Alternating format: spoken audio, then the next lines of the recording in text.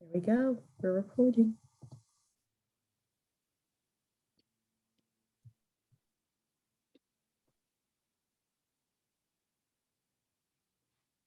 I feel like there should be like a countdown timer thing for that last minute. 2:30. It's 2:30 now, so hopefully they'll tune in. And if they're a little shy with the questions, when we get to the Q&A, I have some questions to pose to you as well. Sounds good. Hi, for those just joining, we'll just give it a little bit of time before we get started, just to let everybody who registered join us this afternoon.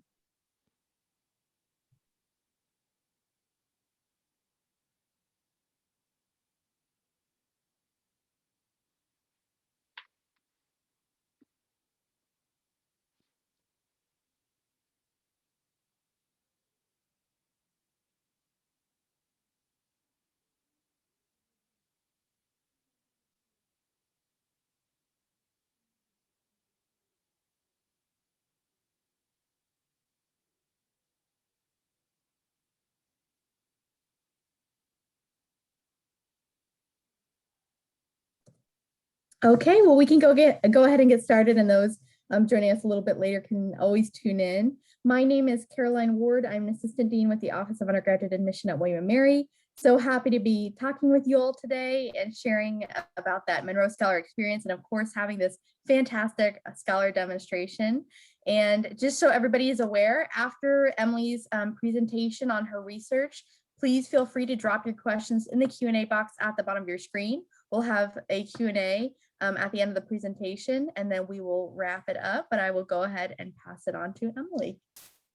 Hi, hello, I'm Emily. As we said, I'm a senior here at the college, and I'm double majoring in philosophy and gender, sexuality, and women's studies. I'm going to share my screen. Advanced sharing options. That's not what I want.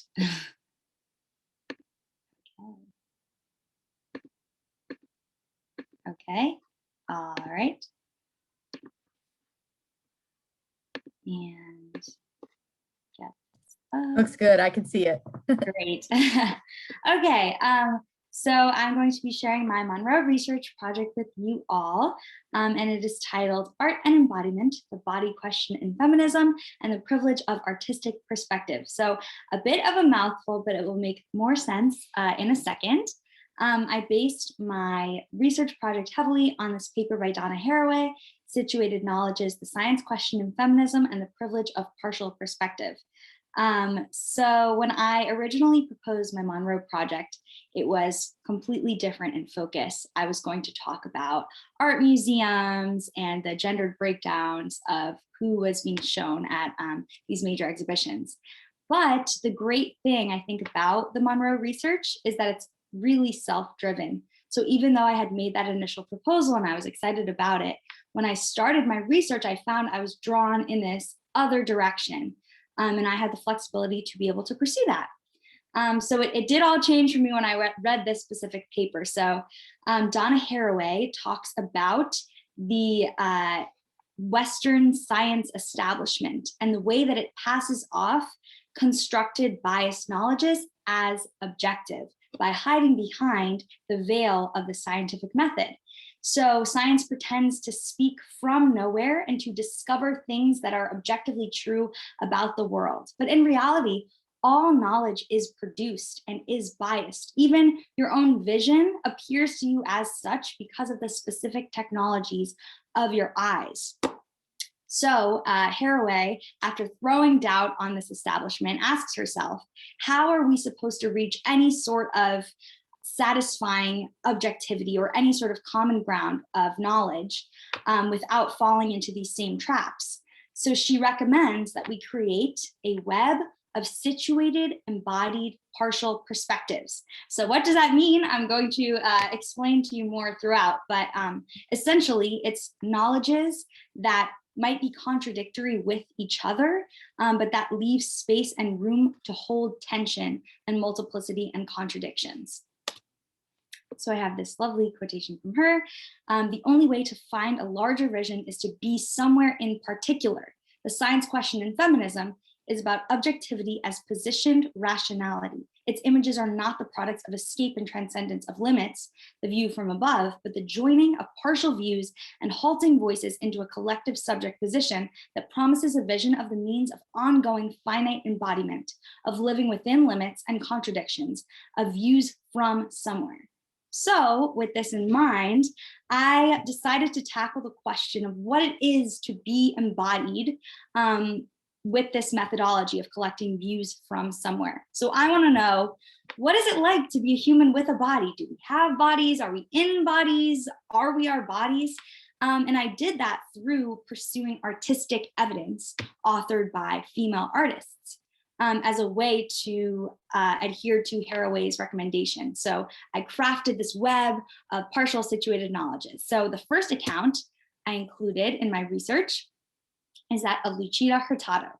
And if you haven't heard of her, which I don't suspect you have unless you're active in the art world in the last 5 years, it's because she was only discovered in 2016, even though she turned 100 in 2020. So she had been making art for 8 decades. And it was only very recently that her work was uncovered and brought into the focus of the art world. She grew up in Venezuela. She lived in New York City, in different parts of California and Mexico. And she was actually part of art movements such as Surrealism and of other cutting edge movements of her day, even though nobody knew that she herself was a practicing artist. If you are interested in learning more about Lucida Hurtado, you could check out her Wikipedia page, which I actually recently edited as part of a class project. And that's another great thing about Monroe Research, is that your professors will get really excited to hear about what you have done with your research.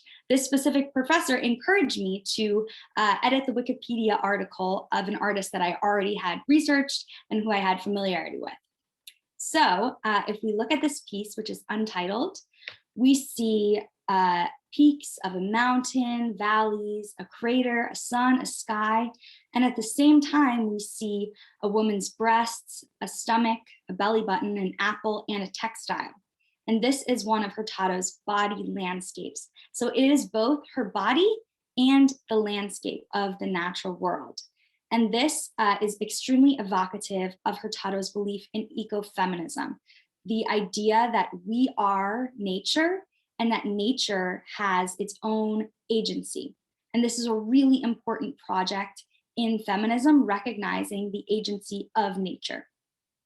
So this piece is especially striking because we are brought right into Hurtado's perspective of herself. And this affects a sort of perspectival intimacy. Hurtado isn't using a mirror or a photo reference to image her body. This is how she discloses herself to herself and how she is disclosing herself to us. And I think that this is a very poignant example of a view from somewhere. We know exactly where Hurtado is and what she is looking at. So another one of her body landscapes we see here. This is obviously much darker grayscale tones. And it has this sort of menacing quality. It's these men surveying a landscape that is also a body. And this is one of the reasons that ecofeminism is so important, because the way that women's bodies or femme-embodied persons are often disrespected or violence is enacted upon them in our society is the same way that our environment is abused and taken advantage of by imperialists and by a lot of Western societies who use the environment as a sort of resource. So this is extremely evocative of the parallels between nature and our bodies. And it is an imperative to help stop that violence. Another example of violence against women showcased is this still from Cut Piece, which is one of Yoko Ono's performance pieces. A lot of people only know Yoko Ono as the wife of John Legend, but this is a great disservice because she is an incredible artist in her own right. So for Cut Piece, Ono sat on a stage in fully dressed with a pair of scissors, and she invited the audience members to come up and snip away at her clothing. So this is evocative said Ono, of the experience she had as a woman in our society. And people would take from her not what she wanted to give, but what they wanted to take. So Ono was sort of exhibiting this treatment and sort of turning it on its head and making this the art. It was not her work or the product of her mind that became the art piece, but it was her body itself. And this is really interesting when we view it in light of Laura Mulvey's essay, Visual Pleasure and Narrative Cinema, where Mulvey talks about the male gaze that is objectifying. And so Ono actually forces people to become responsible for the male gaze by inviting them to physically enact it. So this man here, for example, you know, if you're watching a film, you're just looking and you can't see, you know, you're not made responsible for your gaze. But in getting your physical presence onto the stage, you become responsible for that violence that you are enacting. Next, we have Rebecca Horn, who is this incredible multimedia artist. She is German. She went to art school and 6 months after starting contracted poisoning from fiberglass inhalation. So she was bedbound for 1 year recovering from this illness. And this sort of caused her to create her body sculptures. So this is one such example. It's called White Body Fan. And Horn speaks about the kind of cocoon that she could create with art to enclose herself from the world. So when she was bedbound, she felt a lot of isolation and containment, but also this incredible sort of vulnerability when she went back into the world. So this fan was her way of recreating and controlling this isolating environment. But also, White Body Fan functions so that another person can be let in to the fan. So Horn also talked about her desire to share with others the experience of being tied to a bed. So many of her body sculptures are actually made from the sort of materials that she encountered when she was hospitalized. So soft sorts of gauze and things of that nature. And I think, you know, it's this really incredible example of a shared embodied experience. Horn created for herself a way to physically share her sensations. And another piece by Horn is Berlin Exercises in 9 pieces. So this was actually a film that she created. Everything was filmed in this one flat, but the room transformed in the 9 different pieces of the film. So this, these finger gloves, that's what this body sculpture is called. In this section of the video, Horn walks back and forth with these long fingers trailing against the walls. And it forces us to become mindful of the fact that our spaces, our houses, our buildings are constructed around the human body. And they are constructed in such a way that naturalizes the primacy of human bodies to us. Everything is made to scale for humans. So if you change the body of the human, as Horn did here with these very elongated finger gloves, you realize that these constructed environments are no longer suited for our particular bodies. And this is really great when we view it in relation to disability theory, because it is not bodies themselves that are able or disabled. Rather, it is the relationship that bodies have to the environment, built or natural, that creates relative levels of ability or disability. So Horn also made this other amazing piece as part of this film that is layers of mirrors. So it's like different chunks of mirrors that she wears on her own body as a device. And so all of these different angles of vision are collected onto her body. And it's stunning because it absolutely brings to mind what Haraway talks about vision being constructed, and about every view is a view from somewhere. So each one of those slivers of mirror were different. And all of these multiplicities and these contradicting perspectives on reality were collected onto Horn's own body. And the last artist I'm going to be talking about should be familiar to most people, Frida Kahlo. So this particular piece is called Two Fridas.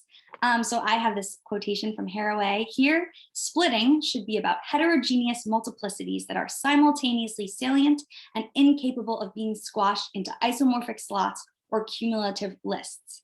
So here we have Frida's heterogeneous multiplicity represented as such. So on my left is Frida in traditional European garb, and on the right is Frida in traditional Tehuana garb. And Frida on the right has this strong, healthy heart with a vein connected to a tiny portrait of Diego Rivera. On the left, Frida has an eviscerated heart, and the vein is actually cut by scissors, and there is no portrait. And the scissors are really important because they represent Frida actively removing that portrait from her body. So this is really stunning because we see this red vein connecting the two Fridas, symbolizing the fact that they are part of a larger whole, that they are of the same organism, the same circulatory system. But the more firm connection between the two women are these clasped hands. So it's not only happenstance or biology, but it is choice that links these two sides of Frida to each other. And a lot of critics think that this painting is about Frida's relationship to Diego Rivera, which it very well could be. But I think more poignantly, it's about Frida's relationship to herself. We see her recognize multiple modalities of self that aren't the same. They are contradictory, but they are still undoubtedly aspects of her. Frida Kahlo's life was rife with different illnesses and injuries, and for a lot of the time she was bedbound. Her body changed drastically over her lifetime, very physically, and her levels of mobility changed. But all of those different selves, all of those different embodiments of self still made up this generative whole that is Frida. So she is a great exemplification of this idea about splitting and holding in tension, but in common, heterogeneous multiplicities. And that is all I have for you of my presentation. And I will just say that I absolutely loved the experience of getting to have my own Monroe research project. And it really helped me figure out what was my academic area of interest. And because of that, I was actually able to apply to a very specific graduate program, use this as my writing sample, and get in, which is very exciting. So thank you. Yes, it served me well in my undergrad experience and also is going to help me transition into my postgraduate life as well. That's fantastic. Thank you so much for presenting your project. And for those tuning in, please drop your questions in the Q&A box at the bottom of your screen. You're certainly welcome to ask Emily about her experience as a Monroe Scholar, her research she just presented. Please drop any and all questions there. I'm certainly happy to start the Q&A, but we'll be doing Q&A for a couple of minutes. So go ahead and shoot the questions our way. So as a Monroe Scholar, how did you get started that freshman year, just diving right in at William & Mary? How kind of that timeline and pursuing it? So I was actually an upperclassman Monroe Scholar. So yeah, so while I spent a lot of time in Monroe itself my freshman year with friends, I actually started my Monroe journey a little bit later with this research proposal. But it was really great to become part of the community and to be connected to all these awesome speaker events. So yeah. Great. It looks like we have a question. And the question is, what graduate program are you pursuing? Ooh. Oh, well, it's a program in performance studies, actually, which if you haven't heard of it, it's a combination of queer theory and philosophy and gender studies and film and media studies and performance studies and all of those great things, which is why I said it's a very particular niche thing that I never would have known about if it weren't for my professors telling me, but I never would have known was it exactly what I want to study if I hadn't had this research experience. Great. And then we have a question, what's the difference between the Sharp Community Scholars and the Monroe Scholars? So I'm happy to answer that. Yeah. Do you want to? I think this is for you. I'm good. So Sharp Community Scholars, they do have opportunities to get involved in the community and get a scholarship that way, but it's more they're volunteering and they're being a part of just their William Mary community and helping the surrounding communities. Monroe Scholars really pursue research. They're really all about, focusing that research stipend they receive on their research project or multiple projects. And for the Monroe Scholars, they also have access to different lectures that come to campus, as well as different mixers and events that go on. And certainly they can work with a faculty member or mentor on pursuing their research projects. And of course, they do have that funding that they receive that scholarship with them. So two very different programs for sure. And I think the focus and intent is a little different there. Sharp Community Scholars are not so much as research-based as Monroe, because the Sharp Community Scholars are focused on, volunteering with the community, which can be researched through the Monroe Scholars Program. And I will say, like, the opportunity to not only get to do research, but get to do funded research was really amazing, because yes, getting funded is nice, but it's the fact that William and Mary really values its students' intellectual contributions, and to the point that they are willing to financially support and validate your research that way, really changed my thinking about my role as a scholar and as a producer of research. Wonderful. Keep dropping those questions in if you have them. But yeah, what? I'll answer anything about Monroe, other things. I'm a wealth of knowledge. Can you share some of your favorite professors at William Mary, and specifically ones who kind of helped you in that Monroe process? Yes, I love my professors. My professors are maybe the best thing about William and Mary, because they all care about their students so much. But my Monroe advisor is Professor Costello. He is a professor in the philosophy department, and one of his specialties is aesthetics and philosophy of art. So yeah, he is so wonderful. I took his aesthetics class, and it really opened my thinking about how we can think and talk about art, and all that. One of my other favorite professors is Dr. A. She is a professor in the English department, and her research specialty is queer pregnancy, which is so cool. I took her queer theory class. She's also a Shakespeare expert, and she's awesome. Another favorite, Professor Jenny Putzi. She's also English and gender studies. I took her Feminist Utopias and Dystopias class this fall. It was one of the coolest experiences of my undergraduate career, I think. But just, yeah, amazing, kind, smart, willing to support you all the time. And as I said before, genuinely interested in their students' research focuses, which is so exciting.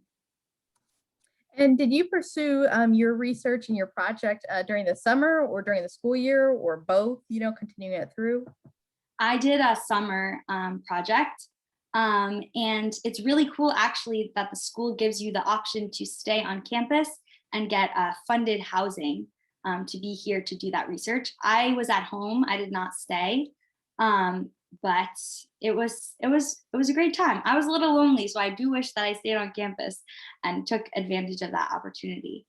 Yeah. And then we always get questions from Monroe Scholars asking, on top of this research and on top of the curriculum we'll be doing during the academic year, can I pursue internships? Can I pursue job opportunities? The DC Center, study abroad. Do you want to speak a little bit about that? Yeah, I've done internships, I've had jobs, and I studied abroad. So it's totally, you have so much more time than you think during your undergraduate career. I look back on all the things I did, and I'm like, oh my gosh, I can't believe that I did that. But specifically the summer that I did my Monroe research, I was able to take time to travel.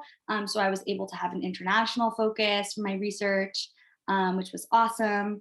The summer before went from doing an internship at a big footwear company to doing philosophical and gender studies research. So you can totally have time to pursue a wide variety of opportunities. Great, thank you. Does anybody have any questions? Any questions for Emily? And if you have an admission question, I'm happy to answer. But I'm sure all of you already know all the admission answers. Okay, well, Emily and I did put our emails by our names, so please feel free to reach out. You know, if you have questions after this Zoom ends, or if you have questions next week or later in the month, you can reach out anytime. Happy to answer. And I want to thank Emily so much for her scholar demonstration as well as answering those questions. And I want to thank all of you that tuned in to listen and learn more about research and the Monroe Scholars Program. Everybody have a wonderful weekend and a great afternoon. Bye.